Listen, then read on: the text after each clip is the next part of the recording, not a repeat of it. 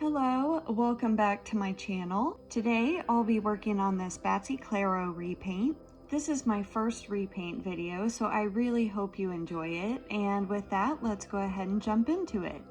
In the future, I will probably breeze through the preparation steps, but for those of you that may be new to repainting, I wanted to go through the doll prep with this Nephro Denial base. So I first begin by cutting off the hair as close to the scalp as possible.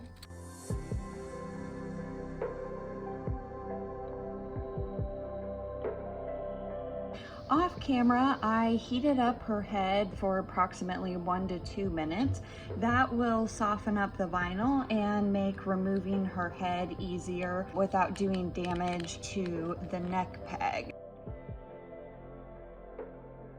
When I first started customizing, I used a screwdriver to scrape along the inside of the head and remove the plugs, and then I would use tweezers to remove glue and hair from inside the head. But I was getting pretty severe hand cramps from that removal method. Something I wish that I had discovered much earlier on is the magic of forceps. They are small enough to easily fit inside the hole, and they're kind of a one-stop shop. I can use them both for pulling the hair plugs loose and removal. I recently customized my first Cave Club doll, and I can also confirm that these are small enough to fit inside the Cave Club doll heads as well. These are under $3 on Amazon. I will link them down below, and I highly recommend. I have reheated her head to soften up the glue inside, and then I take my forceps and I begin scraping along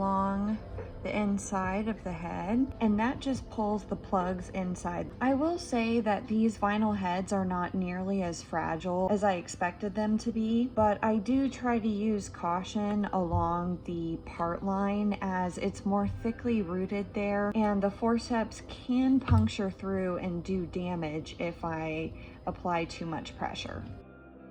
Once that's done, I can take my forceps and remove all of the hair and glue from inside the head.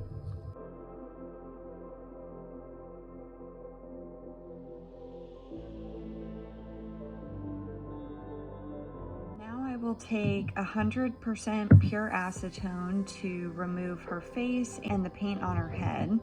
Oh, that's lovely. Okay, so just for the record, in case you would like to not ruin your mat, don't use acetone over the top of it.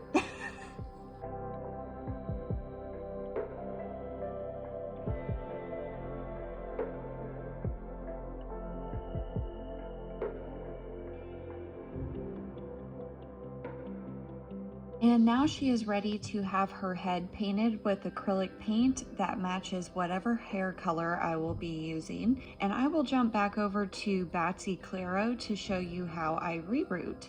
I was very excited to get started on a Batsy repaint. Ever since I saw JackyOhh's video where she repainted a Batsy Claro and highlighted the really special sculpt, I have been dying to get my hands on one. She's got the cutest little bat ears and this tiny little upturned nose. My Batsy was missing her forearms and hands, which led me to discover that JackyOhhh is actually a great replacement as their skin tone is incredibly similar. I went with the metallic black by the Doll Planet. Their hair is great quality. I will say if you need it quickly for a project, I would pay for expedited shipping because it does take a little while. I have here an X-Acto knife that I have just repurposed for a rerouting tool. I take a size 7 sewing needle, cut the eye of it at an angle, and that creates this little prong shape that I use to pick up the hair. When I try and pick up the nylon hair off of my finger directly, I just end up tearing up my skin. So I wrap the hair over my fingernail like this. Side note, apologies for the state of my hands. I am a horse mama, so manicured nails are kind of out of the question for me. but I pick up the hair off of my fingernail, and that saves my fingertips. I also can confirm that wrapping a band-aid around your finger, that trick works as well. Once I have the hair picked up on the end of my rerooting tool, I keep it taut so that it doesn't spring off the end of my tool. Then I find where I would like to reroot that hair. Along the part, it's pretty important to have the hair rerooted thickly so that you can't see any of the painted head, although I do paint the doll head the same color as her hair so that if there are any gaps in the hair, it's not going to be as noticeable. One of the things that I love about the doll planet's hair is that it kind of comes apart in its own little sections that are about the right size for rerooting. I would say there's probably 8 to 10 hairs in these little sections. Once you have that picked up and on the end of your rerooting tool, you can then start to plug it into the head.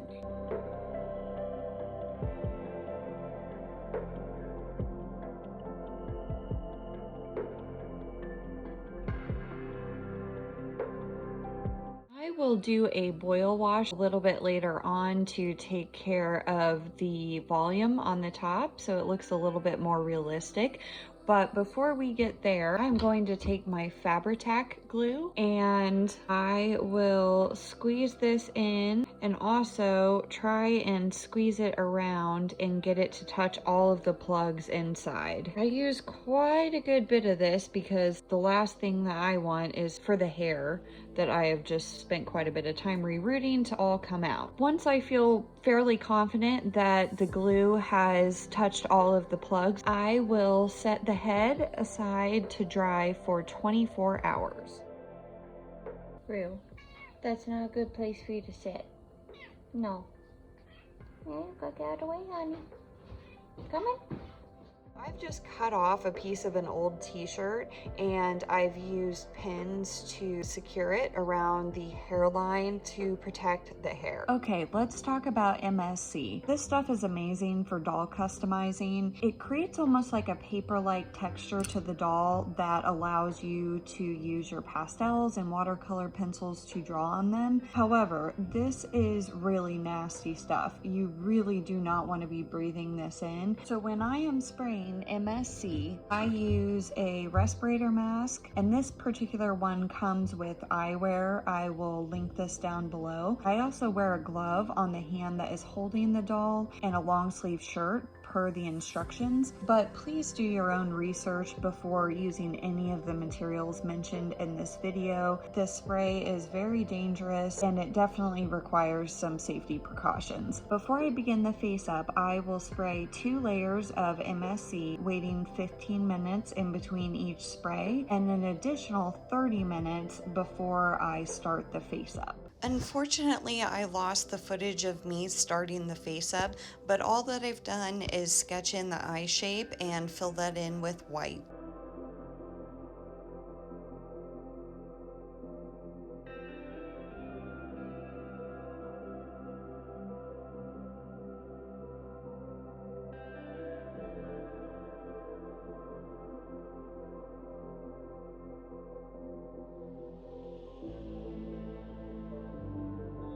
I am just adding a little bit of definition into the eye creases that she already has, and then I am taking a slightly dampened Q-tip to just kind of soften the lines. And I will deepen up these lines a little bit later on with the pan pastels. I just wanted to quickly touch on pan pastels. I primarily use the Artist Handmade Soft Pastels. It comes with 30 colors. This is a pretty good variety of colors. I very rarely feel like I'm missing a shade that I need. And another thing that I really love about them is that you can pull the color directly off of the pastel. Okay, I am going to jump in with the pan pastels to add a little bit more depth and shading where necessary. I quickly wanted to show you a brush that I found at my local Michael's craft store.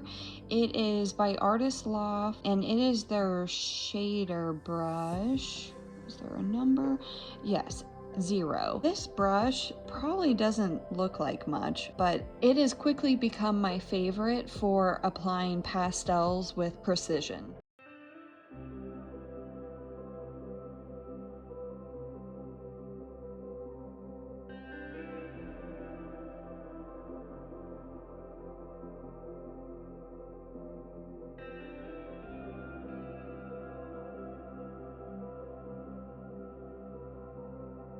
A must-have item for me is a kneaded eraser. I use this to refine any pan pastels or make any corrections where needed. So I have here just a teeny tiny little piece, and I kind of roll it on one end to make a point. And I'm going to take that just to make sure that that brown pastel did not get too low. Before I start in with the eyebrows, I am going to go ahead and spray another layer of MSC. MSC is kind of a safety net for me.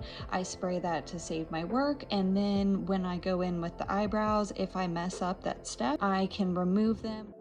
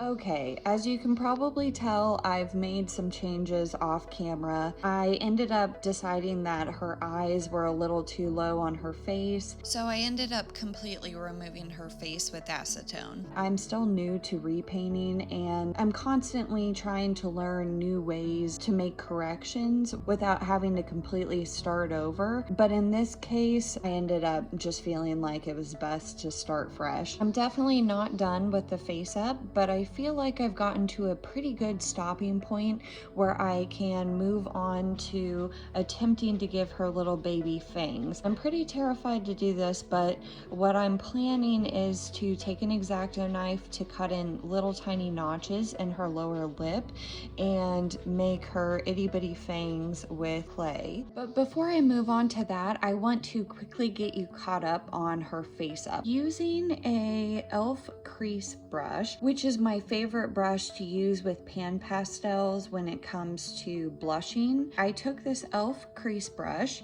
and I dipped into both the salmon orange and the, well, it'd probably help if it was not in there upside down, and the vermilion. I used those two shades together to blush her cheeks, her forehead, a little bit on the bridge of her nose. I also like to add some shading down around her jawline, and I use the same shade for that. I will typically stick to around 3 different shades for the iris, and I'll alternate between those. However, in this case, I started off with the white, the light green, and leaf green, but I ended up feeling like that wasn't enough contrast. I also wanted to bring in a little bit of blue because her wings are going to be primarily blue and purple. I added deep indigo around the outer edges, and I also added in just a little bit of sherbet lemon. I will take a dark shade just around the outer edges, and then I will take the lighter shades and just add a combination of little dots and some lines.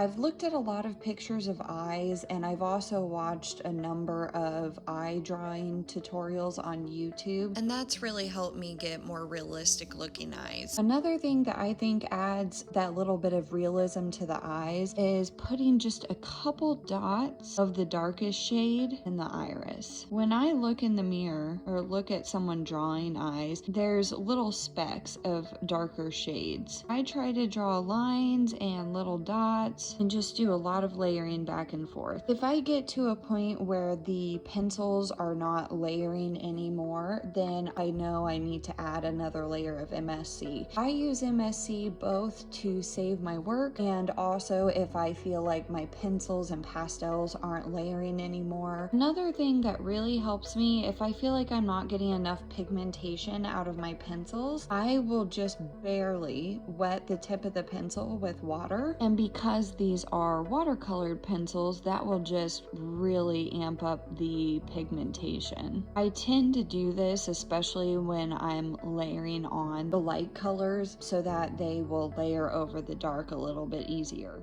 Since this will be my first time attempting to make fangs out of clay, I think the safest way to go about this is to sketch in the fangs first, make sure that they are symmetrical.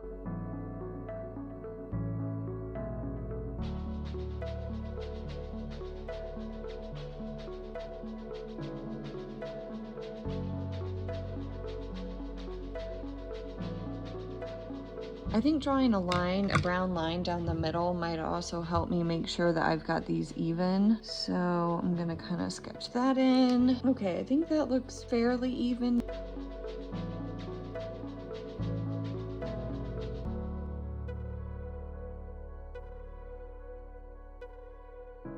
I will be taking just the tiniest amount of epoxy sculpt. I will take equal parts of A and B, mix those together. Per the safety instructions, I wear gloves while mixing epoxy sculpt. There's been some debate about whether it's necessary to wear gloves after it's been mixed. However, I think it's better to be safe than sorry, so I just go ahead and keep my gloves on.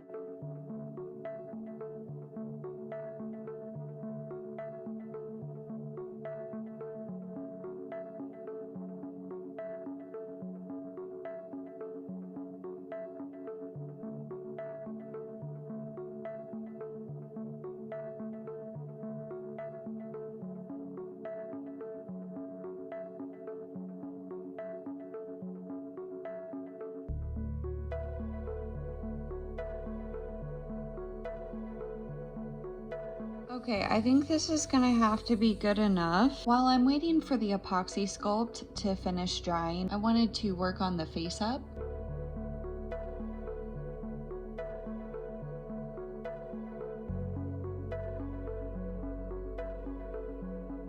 Another way to improve the pigmentation is by wetting a brush and pulling the color off of the watercolored pencil. My favorite detail brush is also by Artist Loft, their Vienna line, and it's 8-0. It's called their spotter brush. I'm just adding some dark wispy lines into her brows to intensify them a bit.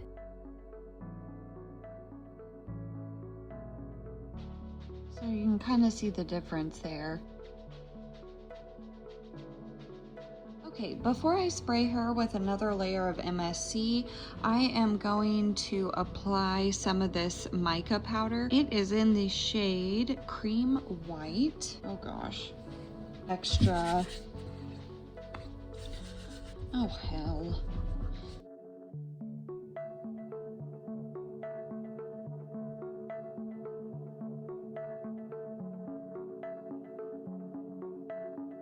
Then I like to take my e.l.f. crease brush and just sweep off the mica powder from anywhere I don't want it to be. Now that the clay fangs are 100% dried, I can go ahead and work on her lip color and paint the little tiny fangs.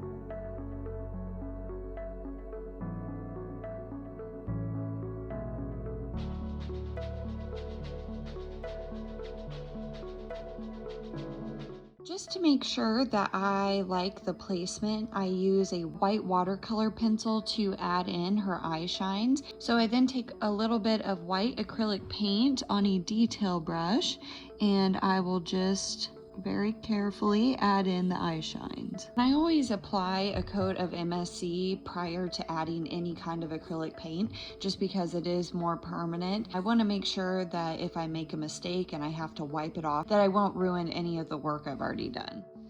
I am going to sand her entire body with this sanding block.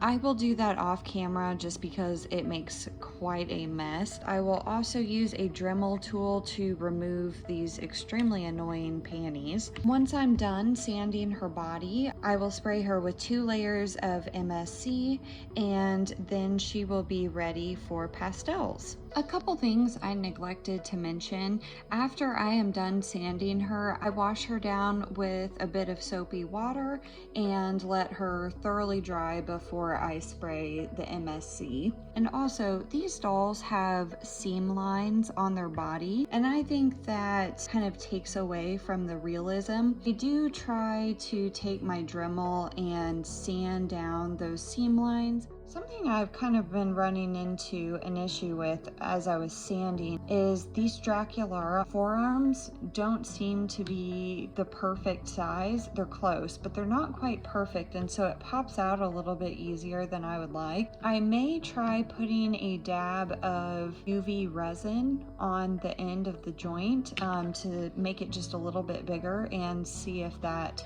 takes care of the problem. When I hang the bodies out to dry, oh, it sounds horrible. When I hang them, I like to use some thin wire and I will wrap it around the neck peg a few times like this. And then I can find a good place to hang her. I am taking the same 2 pastel shades, salmon orange and vermilion, to add some blushing and shadows to the body.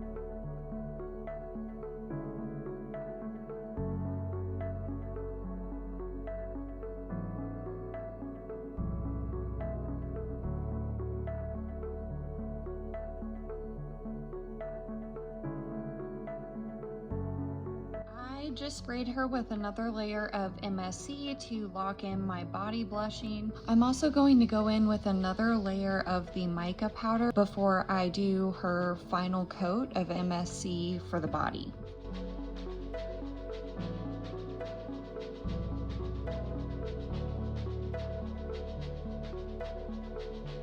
Camera, I am going to quickly give her a second boil wash. I am extremely lazy, so I just fill up a mug with some water, stick it in the microwave for around a minute, and then I have seen several people pour the hot water over the head, but I am not brave enough to do that. I'm always terrified I'm going to wreck the face up, so I just dunk their head into the hot water and make sure that I coat all of the sides sides, and that seems to work well enough for me. I decided that she needed claws, so I'm just going to cut out these triangle shapes. Then I'm going to just cut straight across. Okay, I then take my Gorilla Super Glue Gel, and as carefully as I can, I put a tiny drop of it on the very end of her nail. Pick up this itty bitty piece of paper and stick it on there.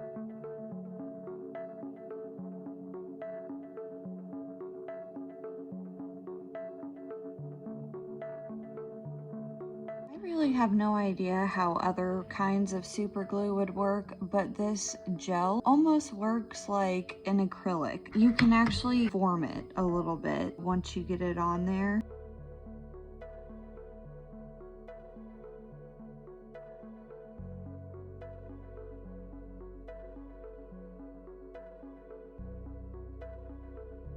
Okay, now that my fingers are thoroughly covered in super glue, I am going to move on to applying a layer of UV resin. For the resin, I'll be using this one I got off of Amazon and this flashlight. Side note, don't worry, this lovely tie-dye dress is just a temporary measure to protect her body. I wear gloves when I am using this resin.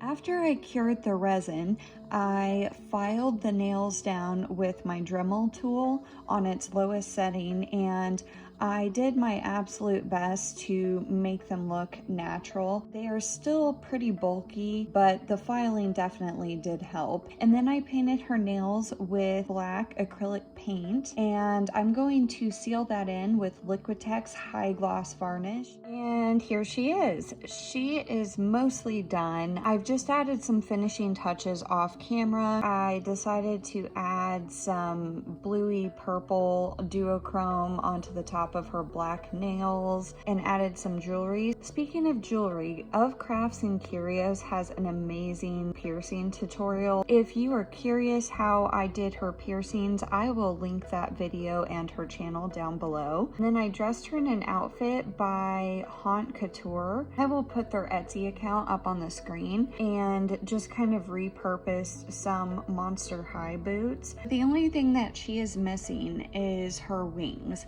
and those are going to take quite a bit of time, so I will make a separate video on how I create her wings. I plan to give her bat wings similar to these. However, this time around I would like to try and make them slightly wrapped around her body and folded in a bit more. We will see if I'm able to pull that off. So if that's something that sounds interesting to you, please subscribe and hit the notification bell so that you are notified the next time that I upload a video. With that, I will go ahead and wrap up this video. Thank you so much for watching, and I hope to see you next time.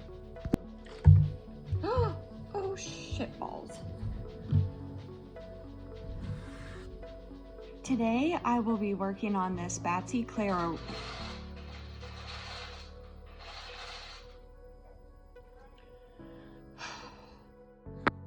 Ew.